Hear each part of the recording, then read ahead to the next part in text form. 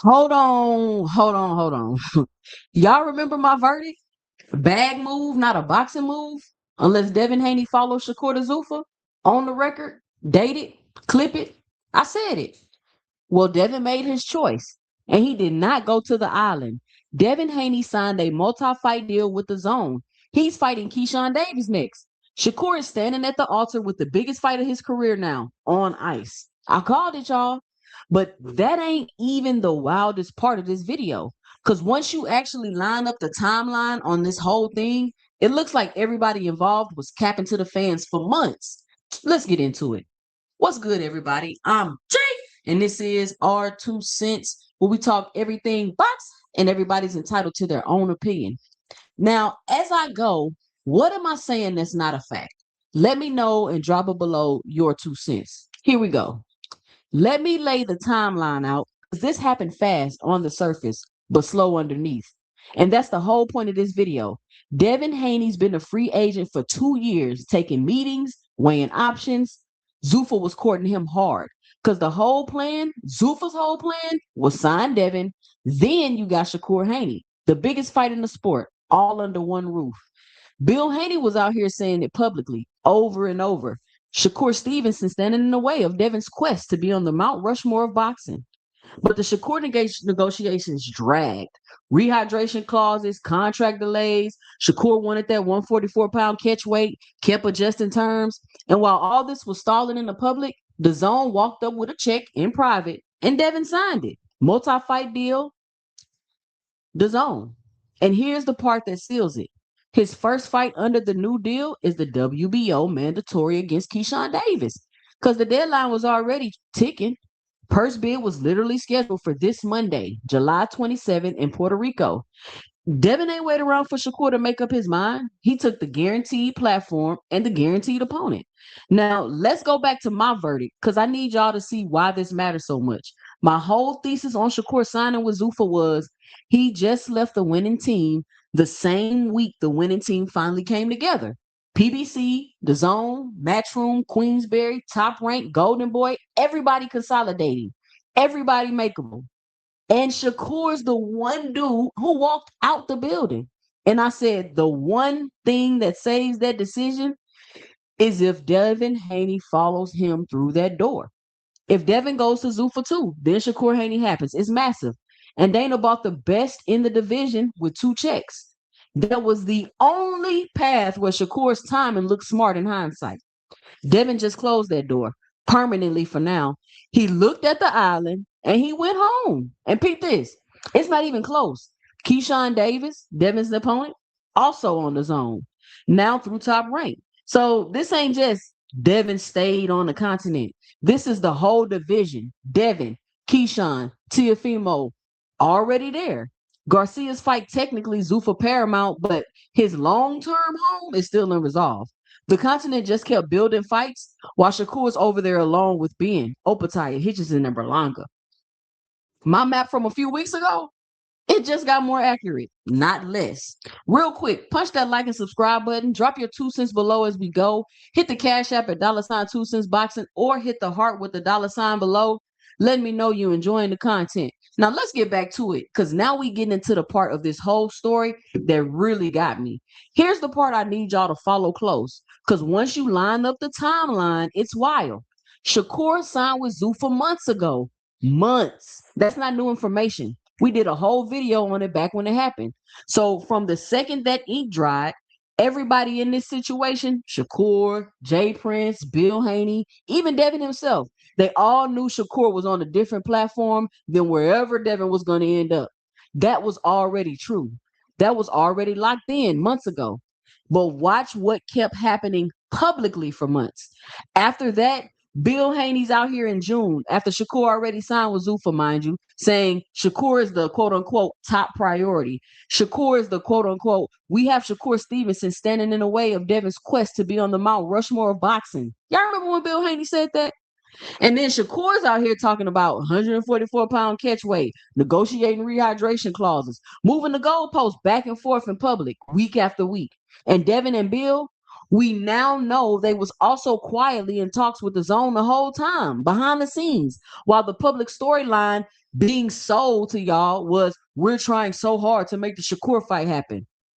So my 2 cents on this, I really want y'all to sit with it. I think this was a lot of capping. I think everybody involved knew, or at a bare minimum, strongly suspected exactly where this was heading. And they let the public storyline run away. Think about it. Keyshawn Davis knew he was moving up to 147.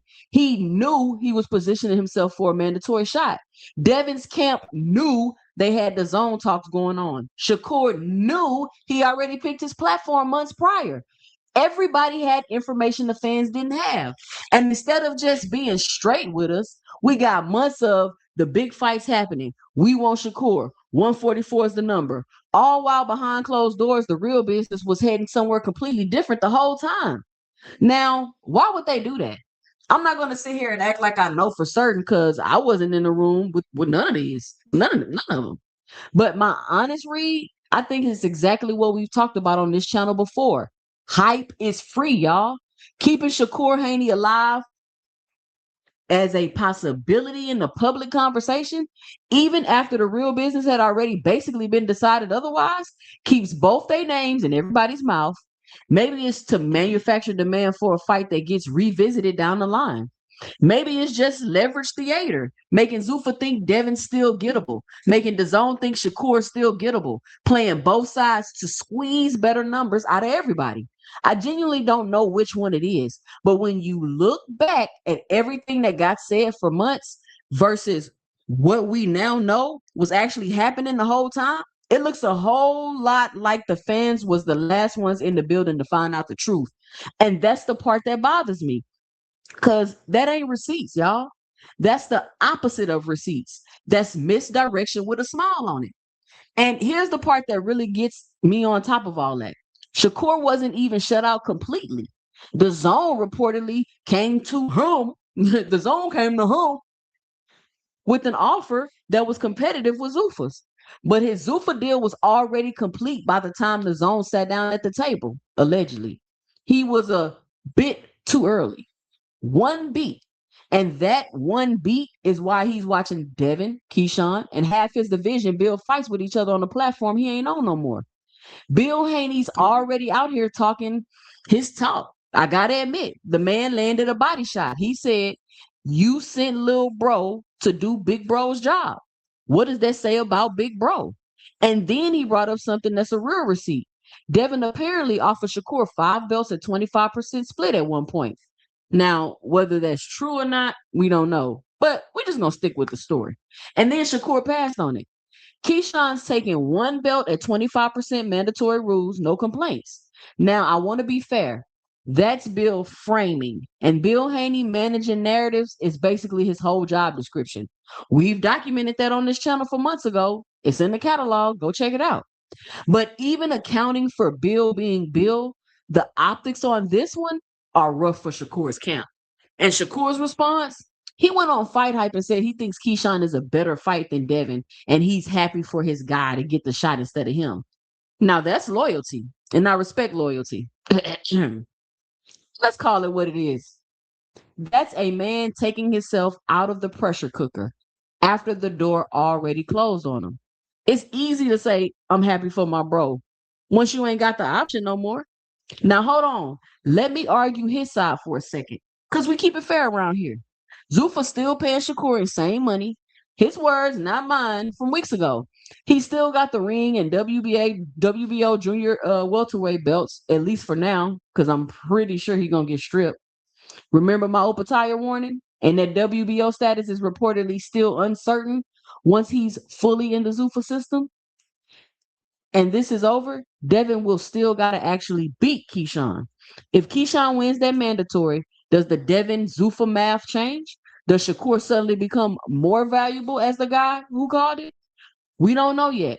Boxing's calendar is long and this business moves fast. 6 months ago, none of us thought PBC would be joining the DAZN. So here's my 2 cents on the record. And this is the fun part. I'm grading my own prior verdict today. Like I said I would. My original call, Bag move, not a boxing move, unless Haney follows. Devin did not follow. As of today, my verdict holds. Shakur Zuffa is looking like exactly what I said it might be, the biggest name on the island, while the mainland just keeps building fights without him. And on top of grading that verdict, add this to the pile too.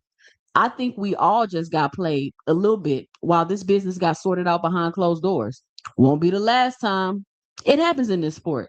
Just remember it. Next time somebody in boxing tells you that they want to happen, because what people say in front of a camera and what's actually being signed behind one is apparently two completely different conversations. But I'm going to be fair. I'm going to be a fair judge of my own work. Because that's the standard I hold everybody else to. This ain't over. If Keyshawn upsets Devin, if Shakur's Zuffa run produces something big, if the whole landscape shifts again, I'll update y'all and I'll say on camera, same as always. That's the deal. But for right now, chalk one up for the continent. So, two centers, drop it below. 3 for you today. 1, did Devin make the smart business move or did he duck the bigger fight for the safer bag?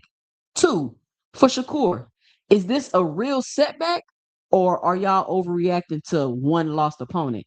And 3, the one I really want answered, do y'all think they were capping the whole time, playing us for months while the real deal got done quietly?